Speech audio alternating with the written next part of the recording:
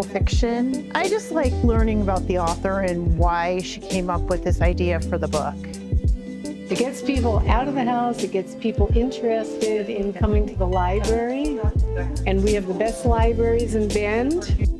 You get so much insight into how they went about researching and how long it took them to write, and it's just very interesting. Neither of us had read the book, but we got it at the library and have been speed reading the last 3 days. A novel idea just helps with bringing us all together, all these other people. I belong to a book club, and it was the book that we read last month, Murder by Degree. I'm here today because I'm curious about this author. She was not only an author, but then she went to medical school. I'm curious to hear what she has to say. Even if I don't love the book, I almost always love the speaker, the author, and learn something about writing or the author. Well, I loved the book, and I just thought it would be really great to be able to meet the author and hear what she had to say and kind of learn the background and history of her making it.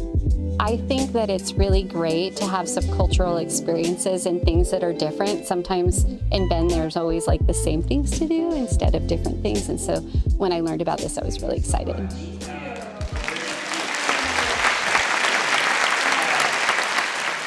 I think it's so fascinating the way that shared perspectives can come together. One of the things that was so interesting about writing Murder by Degrees and then hearing from readers was just the different things that resonated with readers. And I think of the book, of course, as a mystery, but some people were really touched by the 19th century poetry. Some people were really so inspired by the women doctors. And others thought the social commentary of what was happening 10 years after the Civil War was so important. And I think those kinds of voices and those kinds of perspectives can really come through when everyone is reading a novel and bringing their own, experience, their own opinions, their own thoughts to it. And it's just such a wonderful way to build community and a way for people to perhaps read a classic they've never read or to hear an experience they've never had, learn about a culture they've never been exposed to. So it brings a wonderful wealth of diversity to communities. Well, I will say the first thing that I was so struck by from the moment I landed at the airport is just the stunning visual beauty. To see that beautiful snow-capped, mountain range, the Cascades, and then just to be on this high desert plain. And so, of course, I'm very into setting.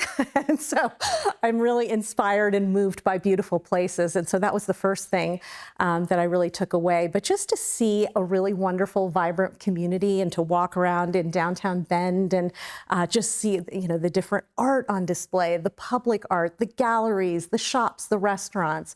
And so the fact that you have this really wonderfully vibrant community in the midst of such natural beauty is very special. I could talk for hours about this. For me, in my own life, libraries have been such a place of learning, exploration, play, almost sanctuary.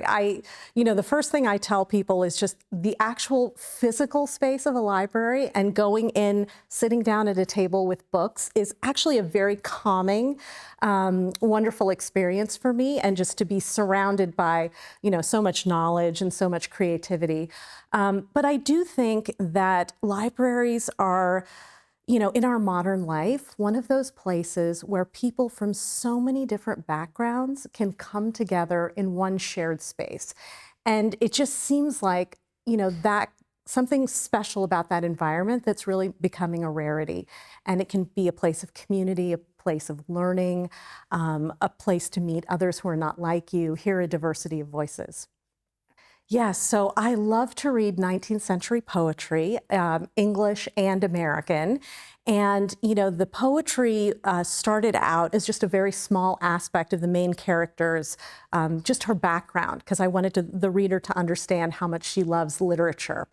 And what ended up happening is that the poetry became this wonderful recurrent theme throughout the book, from the title to the epigraph by Emily Dickinson, and then as almost a cryptic puzzle in the body of the book, a mystery within a mystery.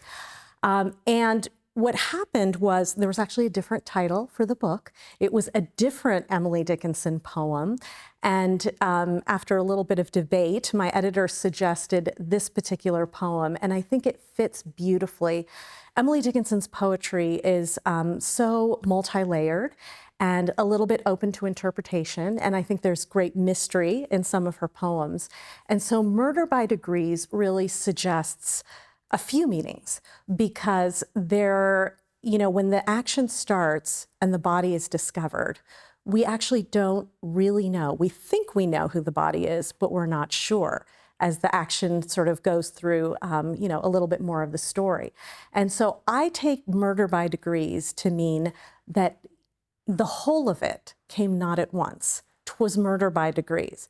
So we have a body, but then there's something mysterious happening. And so it's murder not all at once, but in stages. And as things are revealed throughout the book, I think we get more of a sense how this was not just one murder, and how the resonance kind of the original crime that prompts the murder reverberates throughout the book.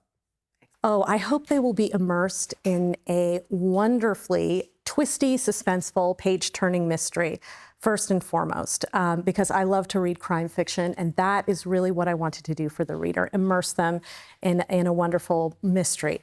But one of the most satisfying and inspirational things about the book has been discovering the lives of these pioneering women doctors who lived and worked more than 150 years ago.